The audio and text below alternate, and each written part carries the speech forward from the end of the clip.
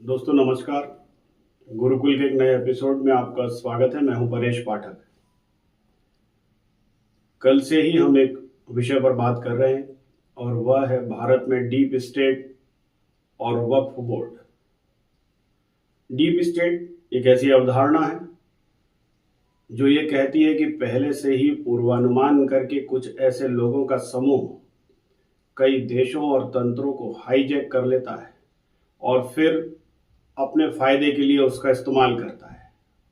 आवश्यकता पड़ने पर उसमें बहुत सारी फंडिंग भी करता है और सही और गलत किसी भी रास्ते को छोड़ता नहीं है।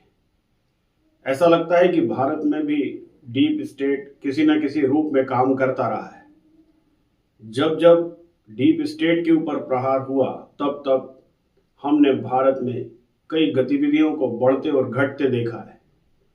एक समय था जब कश्मीर में पत्थरबाजों का बोलबाला था। छोटी सी घटना घटी नहीं कि पत्थरबाज सड़क पर दिखाई देते थे। जैसे ही उनके आकाओं के ऊपर एजेंसीज ने ध्यान देना शुरू किया और उनकी आर्थिक रूप से कमर तोड़ दी गई और अब पत्थरबाज नहीं दिखते। इसी तरह से एक घटना घटी, वह थी शाहीन बाग। कई महीनों तक एक जगह को पंगु बना के रख दिया गया। आसपास के लोग परेशान होते रहे। सरकार और सुप्रीम कोर्ट जैसी संस्थाएं बात करने की रिक्वेस्ट करती रही, लेकिन उनकी बात नहीं मानी गई और इसे अपनी जीत माना गया। वे सभी लोग जो वहां बैठे थे, वो जिन घटनाओं का विरोध कर रहे थे उसमें सीएए और एनआरसी था, जिस पर हमने कल गंभीर रूप से चर्चा भी की, विस्तृत रूप से। ना उस समय लोग ये समझने को तैयार थे कि सीएए का मुसलमानों की नागरिकता से कोई लेना देना नहीं है, और वहां पर वही सारे लोग जो कल जंतर मंतर पर एकत्र हुए, वे सभी लोग वही थे और मुसलमानों को ये बताने का प्रयास कर रहे थे कि सीएए और एनआरसी भारत से मुसलमानों को बाहर निकाल देने की प्रक्रिया का आरंभ है। अब सीएए कानून बन चुका है, 2 साल से अधिक समय भी हो चुका है और किसी एक भी मुसलमान की नागरिकता नहीं गई और अब इस विषय पे कोई बात नहीं करता। हाँ, कुछ राज्य हैं, केरल, तमिलनाडु, पश्चिम बंगाल, जो आज भी एनआरसी जैसे मुद्दे पर कुछ कंफ्यूजन फैलाने का प्रयास करते हैं। ये सभी ताकतें लोगों की मानसिकता से खेलती है, भावनाओं से खेलती है। कल इन्हीं ताकतों ने all India Muslim personal law board और जमीयत उलेमाए हिंद के बैनर तले एक बार फिर एकत्र होकर एक नए मुद्दे पर देश के मुसलमानों को बरगलाने का काम आरंभ किया। मुद्दा बहुत स्पष्ट है। भारत में एक भूमाफिया है। भूमाफिया है नहीं है तो उससे कम भी नहीं है, और वह है वक्फ बोर्ड। 1995 में एक अधिनियम बनाया गया जिसमें वक्फ बोर्ड को कोई भी मुसलमान या कोई भी व्यक्ति अपनी संपत्ति दान कर सकता था और वह उसको देखरेख वक्फ बोर्ड को करनी थी। 2013 में एक संशोधन हुआ और उसने वक्फ बोर्ड को असीमित अधिकार दे दिए, और ये अधिकार उन्हें किसी भी संपत्ति को अपना घोषित करने का अधिकार देता था और इसकी अपील किसी अदालत में नहीं की जा सकती थी। उसकी अपील वक्फ बोर्ड में ही करनी होती है। वक्फ बोर्ड के निर्णय अंतिम व मान्य है। ऐसे समय में बहुत से हिंदू हो, मुसलमान हो, और यहां तक अब तो ईडन गार्डन्स और ऐसी तमाम सरकारी बिल्डिंगों के ऊपर भी वक्फ बोर्ड ने अपना दावा करना आरंभ कर दिया। 2014 के बाद ऐसे बहुत से कानूनों में परिवर्तन किया जाने लगा। इस बीच में किसानों के लिए भी कानून आया और उसको किसानों ने अपने विरोध से दबाने का प्रयास किया। भारत के प्रधानमंत्री ने यह समझ के कि इन्हें पुनः समझा लिया जाएगा, उन कानूनों को वापस ले लिया। यह माना गया कि भारत का प्रधानमंत्री और तंत्र कमजोर है। और कल शाहीन बाग में इस बात का उल्लेख कल्बे जव्वाद और दूसरे नेताओं ने किया कि जिस प्रकार हमारे किसान भाइयों ने एक कानून पास नहीं होने दिया या उसे वापस लेना पड़ा, उसी तरह से हम इस कानून को पास नहीं होने देंगे।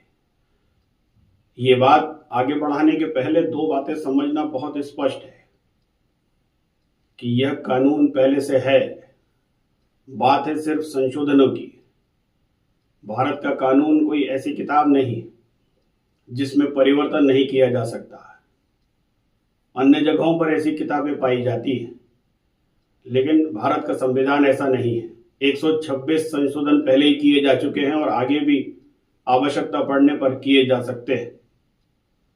2013 का संशोधन जो असीमित अधिकार देता है, अब उन्हें और बेहतर ढंग से समझाने का प्रयास है यह संशोधन।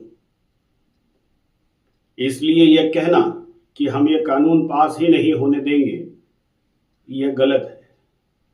जैसा मैंने पूर्व में कहा कि यह कानून पहले से है, अभी इसमें कुछ संशोधन किए जाने हैं। अब सवाल ये उठता है कि यह संशोधन भी हम होने नहीं देंगे। क्यों नहीं होने देंगे? क्योंकि हम एकजुट हैं, मुसलमान हैं, और यह मुसलमानों से उनकी मस्जिदों और कब्रिस्तानों को ले लेने की साजिश है।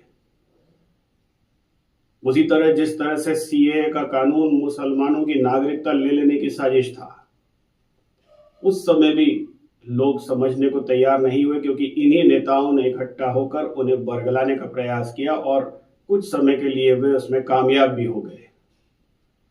मगर इस बीच में गंगा में बहुत पानी बह चुका है। अब ना तो वह डीप स्टेट है, ना वे लोग हैं जो इनको फंडिंग करते थे, ना वे लोग उतने शक्तिशाली हैं जो इनको भारत के बाहर रहकर भारत को अस्थिर करने का प्रयास करते थे, और ना भारत की जनता अब ऐसे लोगों को माफ करने के मूड में है। सवाल हिंदू और मुसलमान का नहीं है।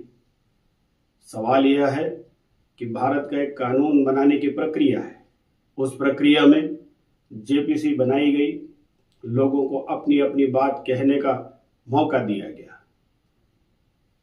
जिन्होंने इस संबंध में अपनी बातें कही, जो जोड़ने योग्य थी, उन संशोधनों में जोड़ा गया, और जो जोड़ने योग्य नहीं थी उन्हें एनेक्शर में जोड़ा गया, और कुल मिला के 650 पन्नों की यह रिपोर्ट तैयार हुई। यहाँ यह भी प्रासंगिक है कि जब यह कानून बनाया गया था 1995 में या 2013 में, तब ना तो जेपीसी बनाई गई थी, ना इस प्रकार के किसी संगठन को बुलाकर पूछा गया था, और ना इसमें नुकसान उठा सकने वाले संगठनों का आकलन किया गया था।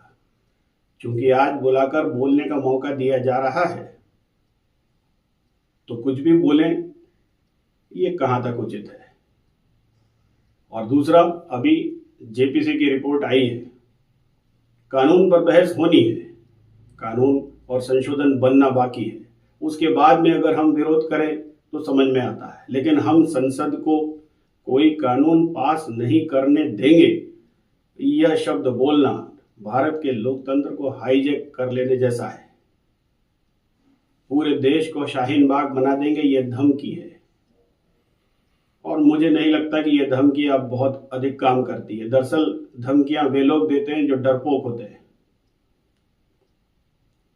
इस प्रकार का कोई भी शब्द जो उत्तेजना पैदा करे, वो ऐसे लोगों के मनोबल को बढ़ाता है। मगर यह स्पष्ट कर देना बहुत बेहतर होगा कि भारत की जनता अब इस प्रकार की धमकियों से डरती नहीं, और भारत की सरकार भी सक्षम है। ऐसे समय में ऐसे लोग, चाहे वो अरशद मदनी हो, महमूद मदनी हो, असदुद्दीन ओवैसी हो, या वे तमाम पार्टियां, समाजवादी पार्टी, आरजेडी, टीएमसी या कांग्रेस, इन सभी को ये समझना चाहिए कि हम कोई कानून बनने नहीं देंगे, और अगर बन गया तो उसे लागू नहीं होने देंगे, जैसे शब्दों से उन्हें बचना चाहिए। आज या कल या जिन राज्यों में उनकी सरकारें हैं, इस प्रकार के शब्द उन्हें और लोकतंत्र को लंबा नुकसान पहुंचा सकते हैं, और यह किसी की भी सेहत के लिए ठीक नहीं है। उन्हें भी समझना होगा कि वक्फ बोर्ड एक भूमाफिया तंत्र है। वक्फ बोर्ड किसी का भला नहीं करता, खासकर गरीब मुसलमानों का तो कभी उसने कोई भला किया ही नहीं। 9 लाख हेक्टेयर जमीन होने के बावजूद भी वक्फ बोर्ड ने न कभी कोई स्कूल बनाया, न कोई अस्पताल, न वो कोई धर्मार्थ काम करता है। वक्फ बोर्ड सिर्फ एक ही काम करता है कि आसपास मस्जिदें बनाएं, मदरसे बनाएं और उसके बाहर दुकानें बनाएं और उनका भाड़ा खा जाएं। उसका कोई हिसाब भी नहीं है। हजारों लाखों ऐसे केसेस हैं जो मुसलमान गरीब भाइयों ने कर रखे और उनका निर्णय वक्फ बोर्ड करने को तैयार नहीं है। अपील में पूरा जिंदगी समाप्त हो जाती है। और अब इतने हौसले बढ़ गए कि वे अब सरकार के किसी भी जगह को अपना कहने से नहीं चूकते। जिस जमीन पर कुंभ लगा वो संपूर्ण जमीन वक्फ की है। संसद जिस जगह बनाई गई वह वक्फ की है और वक्फ ये बताने को तैयार नहीं कि ये जमीन उसके पास आई कहां से। वे लोग जिनके पास खाने को नहीं था, वे लोगों ने ये जमीनें वक्फ को दान कर दी हैं और आज वह ये स्पष्ट करने को तैयार नहीं है कि उन्होंने किस हैसियत से ये जमीन दान की, जबकि वे इसके मालिक थे ही नहीं। और अगर सरकार ये पता करने का प्रयास कर रही है और इससे संबंधित कोई संशोधन ला रही है तो परेशानी है। महिलाओं को किसी भी प्रकार का अधिकार मिले तो सबसे अधिक मिर्ची मुसलमानों को लगती है। 3 तलाक में ऐसा ही हुआ। वह कानून जिसमें एक तरफा कानून था कि पुरुष तो महिलाओं को तलाक दे सकता है लेकिन महिला पुरुष को तलाक नहीं दे सकती। जब बराबरी का अधिकार दिया गया तो शरीयत को बीच में लाया गया। लेकिन आज मुझे ऐसा लगता है कि मुस्लिम महिलाओं ने भी इस बात को समझा कि मुसलमान होने के अलावा वे मनुष्य भी हैं और उनके अपने अधिकार भी हैं। इसी प्रकार आज मुस्लिम महिलाएं पढ़कर लिखकर बड़े बड़े पदों पर पहुंचती हैं और ऐसे समय में उन्हें भी सही और गलत जानने का उतना ही अधिकार है जितना पुरुषों को। और अगर वे निर्णय में भागीदार बनती हैं तो उसमें समस्या क्या है? वे लोग जो सिर्फ अपने लिए इन प्रॉपर्टीज का इस्तेमाल करते थे या इसका माध्यम बनाते थे, वही लोग आज इसके पीछे खड़े हैं।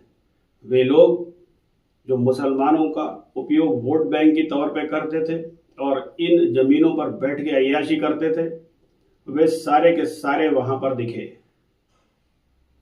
आश्चर्यजनक रूप से इनमें कोई भी बड़ा नेता नहीं पहुंचा। असदुद्दीन ओवैसी के अलावा ऐसा कोई पार्टी का नेता वहां नहीं पहुंचा। अगर इतना बड़ा विरोध था तो वो शायद पहुंचते और अपनी बात कहते और फिर उनसे मीडिया ये सवाल करता कि अभी तो आपने अपने संशोधनों में आपत्तियां दर्ज कराई हैं और जो जो भी कहा है उसको सदन के पटल पर रखा जाना है जहां आप भी चर्चा के लिए आमंत्रित हैं। ऐसे समय में जब आपने अभी फाइनल ड्राफ्ट देखा नहीं, संशोधन अभी विधेयक अभी संशोधन के रूप में पास हुआ नहीं, फिर यह विरोध करने का क्या कारण है? और यह धमकी कि पूरे देश को शाहीन बाग बना देंगे, इसमें आप शामिल कैसे हो सकते हैं? मगर भारत अब डीप स्टेट से नहीं चलता और जो लोग इनको महीनों वहां बैठने के लिए फंडिंग करते थे अब वे बचे भी नहीं। आइए देखते हैं कि कितना समय तक यह विरोध चलता है। लेकिन इस बीच में यह स्पष्ट है, उन सभी लोगों से हम अपील करते हैं जो पढ़ते हैं, लिखते हैं और सोशल मीडिया में इंटरेस्ट रखते हैं कि वे जिस तरह सीएए और एनआरसी को समझा वो वक्फ को समझे और अन्य लोगों को समझाएं और देखें कि ये सभी लोग जो एकत्र हो रहे हैं इनकी मंशा क्या है। क्या देश में अब नया कानून बनाना संभव नहीं रहा? क्या अब इन लोगों से पूछकर कानून बनाना पड़ेगा या हर वर्ग या हर समूह यह तय करेगा कि इस देश का कानून कौन और कैसे बनाएगा, या वे रास्ते जाम कर देंगे? और अगर यही चलता रहा तो वह दिन दूर नहीं जब भारत लोकतंत्र में नहीं रहेगा, लेकिन ये कभी हो नहीं सकता। आइए इस गंभीर घटना पर नजर रखें और आगे आने वाले समय में इंतजार करें कि वक्फ का संशोधन हम सबके सामने आए और हम उस पर फिर अपनी राय रखें। भारत में इन दिनों एक वर्ग में, एक जाति, एक धर्म में असहिष्णुता बढ़ती जा रही है। ये वही वर्ग है जो हमेशा से शासन में बना रहा और शासन के बगैर कभी चल नहीं पाया। इसमें कुछ राजनेता हैं, कुछ राजनीतिक पार्टियां हैं, जिसमें विशेष रूप से Congress, Samajwadi party, RJD, TMC और मुसलमानों के द्वारा समर्थित छोटे छोटे समूह जिसमें एआईएमआईएम जैसे लोग हैं। ये सभी लोग धीरे धीरे अपनी व्यग्रता नहीं संभाल पा रहे हैं। धरना और प्रदर्शनों तक ठीक है, लेकिन अब जैसे जैसे उन्हें ये लगने लगा है कि समाज में हम अप्रासंगिक होते जा रहे हैं, तो ये लड़ाई झगड़ा, दंगा इत्यादि भी करने से बाज नहीं आ रहे। जहां एक और भारत के प्रधानमंत्री बार बार समाज को एक साथ सबका विश्वास जैसे मुद्दों को साथ में लेकर आगे बढ़ना चाहते हैं, वहीं ये वे लोग हैं जो बात बात में अब दंगे पर उतारू हो जाते हैं। अभी हाल ही में भारत ने जब चैंपियंस ट्रॉफी जीती, उसके जुलूस पर पथराव हुआ, एक महिला का घर जला दिया गया और उससे बार बार कहा गया कि अपने ईश्वर को बोलो कि आए और वो तुम्हें बचाएं। बहुत से लोगों की गाड़ियां भी जलाई गई और बहुत नुकसान भी किया गया। सबसे महत्वपूर्ण है पाकिस्तान जिंदाबाद के नारे और भारत मुर्दाबाद के नारे लगाना। ये कौन लोग हैं जो भारत में रहकर पाकिस्तान जिंदाबाद के नारे लगाते हैं? ये समझना बिल्कुल भी मुश्किल नहीं है। ये वही लोग हैं जो विश्व के किसी भी कोने में जाते हैं, शरणार्थी बनकर या भिखारी बनकर, और थोड़े समय बाद उन्हीं लोगों को आंखें दिखाने लगते हैं। अरब के तमाम देशों ने तो अब इन लोगों को पहचान कर अपने देशों में आने के लिए मनाही कर दिया है। वे भारतीय उपमहाद्वीप के मुसलमानों को मुसलमान ही नहीं मानते। वे दोयम दर्जे का या नीच किस्म का इंसान कहते हैं। इतनी आसानी से उन्हें रखते नहीं। ये वही लोग हैं जिन्हें यूरोपियन देशों ने अपने देशों में आने से मना कर दिया है। एक समय बाद शायद ये वहाँ का वीज़ा भी प्राप्त न कर सके। ये वही लोग हैं जिन्हें डेनमार्क, फ्रांस, जर्मनी ने एक समय में बहुत थोड़ी सी संख्या में अपने यहाँ एंट्री दी थी और आज ये देश उस दया के दुख को भोग रहे हैं। दुर्भाग्य से भारत में ये कई बड़ी संख्या में है और ये हर वक्त कीमत वसूल रहे हैं जो हमारे राजनेताओं ने इनके तुष्टीकरण में लगाई थी। नेहरू से इंदिरा तक और इंदिरा जी के बाद आज तक वे सभी राजनीतिक दल जो इन्हें वोट बैंक के तौर पर इस्तेमाल करते आए हैं, इन लोगों के निशाने पर है और इनका इस्तेमाल ये सभी राजनेता ये सोच के करते हैं कि ये एक तरफा वोट करके हमें वापस सत्ता दिला देंगे। लेकिन इन सभी का ये दुर्भाग्य है कि 2014 के बाद से एक ऐसा दल इनके सामने खड़ा है जो इन सब बातों पर विश्वास नहीं करता। वह सबका साथ, सबका विश्वास पर ही काम करता है। आज तक इनके साथ कभी कोई भेदभाव नहीं हुआ। न गैस का सिलेंडर लेना हो, या घर दिलाए जाने हो। अगर अमीर और गरीब की श्रेणी में ये आते हैं तो भी इनको दिया जाता है, मगर ये अपनी हरकतों से बाज नहीं आते। ताज़ा उदाहरण नागपुर में होने वाली हिंसा है। पुलिस के डीसीपी के ऊपर हमला, पुलिस वालों पर हमला,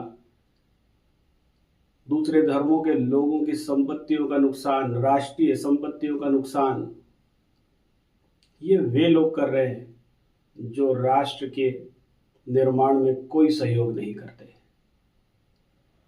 अगर ये प्रतिशत निकाला जाए कि इनकम टैक्स देने वाले या दूसरे टैक्स देने वालों में इनका क्या प्रतिशत है, तो इसे आसानी से समझा जा सकता है कि इसमें कोई उल्लेखनीय योगदान यह समुदाय नहीं करता। तय मानिए कि इसके अलावा जैन, बौद्ध, पारसी, सिख, हिंदू कितनी भी संख्या में एकत्र हो जाएं, दूसरे पर हमला भी नहीं करते। संपत्तियों का और देश का नुकसान यही करते हैं और उसके बाद नारा लगाते हैं भारत मुर्दाबाद या पाकिस्तान जिंदाबाद। ऐसा समय आ गया है कि पूरे विश्व में इनकी भूमिका एक बार फिर से निर्धारित की जाए। बंटवारे के समय जितनी इनकी जनसंख्या थी उससे अधिक प्रतिशत की भूमि इन्हें दी गई। पाकिस्तान और बांग्लादेश जैसे देश बने जो इनके आका बन के बैठे, लेकिन आज उन दोनों के हाथ में कटोरा है। उनके प्रधानमंत्री हो या राष्ट्रपति पूरे विश्व में कटोरा लेके घूमते हैं और ऐसे भीख मांगने वालों को ये अपने अपने मोहल्लों और अपने अपने शहरों में खड़े होकर याद करते हैं। मुझे तो लगता है भारत सरकार को एक बार फिर एक ऐसी पॉलिसी भी तैयार करनी चाहिए कि जो लोग पाकिस्तान जाना चाहते हैं या बांग्लादेश जाना चाहते हैं इन्हें भेज दिया जाए। लेकिन फिर मुझे ध्यान आता है एक शब्द, वो है गज़वाए हिंद, जिसमें कहा गया है कि हर मुसलमान को यह करना है, क्योंकि यही एक ऐसी संस्कृति है जिसे जीतना संभव नहीं है। अगर यही करने के लिए यहाँ रुके हैं तो ये सब के लिए चिंता का विषय है। जिन्हें राष्ट्र के साथ आगे जाना नहीं, संपत्तियों को नुकसान करना है, काम करना नहीं है, मुफ्त की योजनाएं चाहिए और उसके बावजूद भी राष्ट्र के सुरक्षा बलों और उनके सहयोग में कार्य करने वाले सुरक्षा कर्मियों के साथ हिंसा करनी है, तो ऐसे लोगों के साथ कड़ी से कड़ी कार्रवाई की जानी चाहिए। ये घटना क्यों घटी, ये भी महत्वपूर्ण है। पिछले कई दिनों से एक बात पर बहस जारी है कि जिस क्रूर शासक औरंगजेब ने सनातन धर्म का लगातार नुकसान किया और उस समय मराठा सैनिकों के साथ और विशेषकर छत्रपति शिवाजी महाराज और उनके पुत्र छत्रपति संभाजी महाराज के साथ जिस निर्ममता के साथ व्यवहार किया, क्या ऐसे शासक की कब्र औरंगाबाद जैसी जगह पर होनी चाहिए, जिसको आज नाम बदलकर संभाजी नगर कर दिया गया है। जिस प्रकार एक आतताई और आक्रांता को जितनी जल्दी हो सके इतिहास के पन्नों से उखाड़कर फेंक देना चाहिए, तो क्या ऐसी कब्र का नामो निशान मिटा नहीं दिया जाना चाहिए। इस पर बातचीत चल ही रही है कि इस बीच में इन लोगों ने यह कृत्य कर डाले। समाज में बहस करना लोकतंत्र की खूबसूरती है। अपना मत रखना हर व्यक्ति को आता है, आना चाहिए, मगर या तो आप मेरी बात सुने, नहीं तो मैं आपका घर जला दूंगा या मैं आपको जान से मार दूंगा या आपका सहयोग करने आए सुरक्षा कर्मी के ऊपर मैं तलवार और परसे से कुल्हाड़ी से हमला करूंगा। ये बहुत लंबे समय तक हिंदुस्तान में अब चलेगा नहीं। और ये बात ये पूरा समूह, ये पूरा कुनबा जानने लगा है। खासकर मुसलमानों को अब ये पता चल गया है कि अब वे सत्ता बनाते और बिगाड़ते नहीं। वर्तमान में जो पार्टी अपने साथियों के साथ सत्ता में है, वह यह मानकर चलती है कि ना तो आज और न कल मुसलमान उसका साथ नहीं देंगे। अगर किसी का ज़मीर जाग गया और उन्हें ऐसा लगा कि हमें भी राष्ट्र के में सहयोग करना है, तो अवश्य हो सके और इसका प्रयास वे कर भी रहे। लेकिन बहुतायत में ये वही लोग हैं जो खुद भी आपस में चैन से नहीं रहते और मजहब के नाम पर, फिक्रों के नाम पर एक दूसरे से लड़ते रहते हैं। और इसके उदाहरण उन सभी इस्लामिक देशों में आप देख सकते हैं, चाहे वो पाकिस्तान और बांग्लादेश ही क्यों ना हो, जहां शिया और सुन्नियों से संबंधित विवाद होते रहते हैं। ये वही भारत में करना चाहते हैं। अब परिस्थितियां बहुत तेजी से बदल रही है। आगे आने वाला समय इस तरह के युद्ध का नहीं है। अब ये बहुत जल्दी चिन्हित भी किए जाते हैं और इनके ऊपर कड़ी कार्रवाई भी होती है, जैसा कि मऊ के सिलसिले में हुआ, इसके पहले संभल में हुआ और अब नागपुर में हो रहा है। उसके बाद विश्व पटल पर जाकर ये रोने वाले लोगों को भी बता दिया जाना चाहिए कि भारत में मानव अधिकार नहीं बचे, ये रोना ना रोए। क्योंकि इन दंगों के समय ये सभी लोग और विशेषकर अपने आप को धर्मनिरपेक्ष कहने वाली ये पार्टियां कोई वक्तव्य, कोई बयान जारी नहीं करते हैं। भारत के आम नागरिक इन सभी कलाबाजियों को समझ रहे हैं। विश्व पटल पर भी यह समझा जा रहा है कि यही वे लोग हैं जो पूरी मानवता को पीछे खींचते हैं। भारत में ये घटनाएं अभी बढ़ी हैं जो चिंताजनक हैं, पर उम्मीद है कि जितनी जल्दी हो सके इन पर काबू पाया जाएगा और यह हताशा आगे और बढ़ने की संभावना है। जैसे जैसे आगे आने वाले राज्यों में चुनाव होंगे, चाहे वो बिहार हो, पश्चिम बंगाल हो या तमिलनाडु हो, और अगर वहाँ पर वर्तमान सरकारों के साथ में एनडीए के पक्ष में वोट जाते हैं, तो आप इस हताशा को बढ़ते हुए देखेंगे। लेकिन संभवतः एक दिन यह चक्र पूरा होगा और हम ये उम्मीद करते हैं कि भारतीय मुसलमान भी समाज की मुख्य धारा में शामिल होकर राष्ट्र निर्माण का कार्य करेगा। धन्यवाद। आपसे उम्मीद है कि आप इस चैनल को लाइक करेंगे, सब्सक्राइब करेंगे।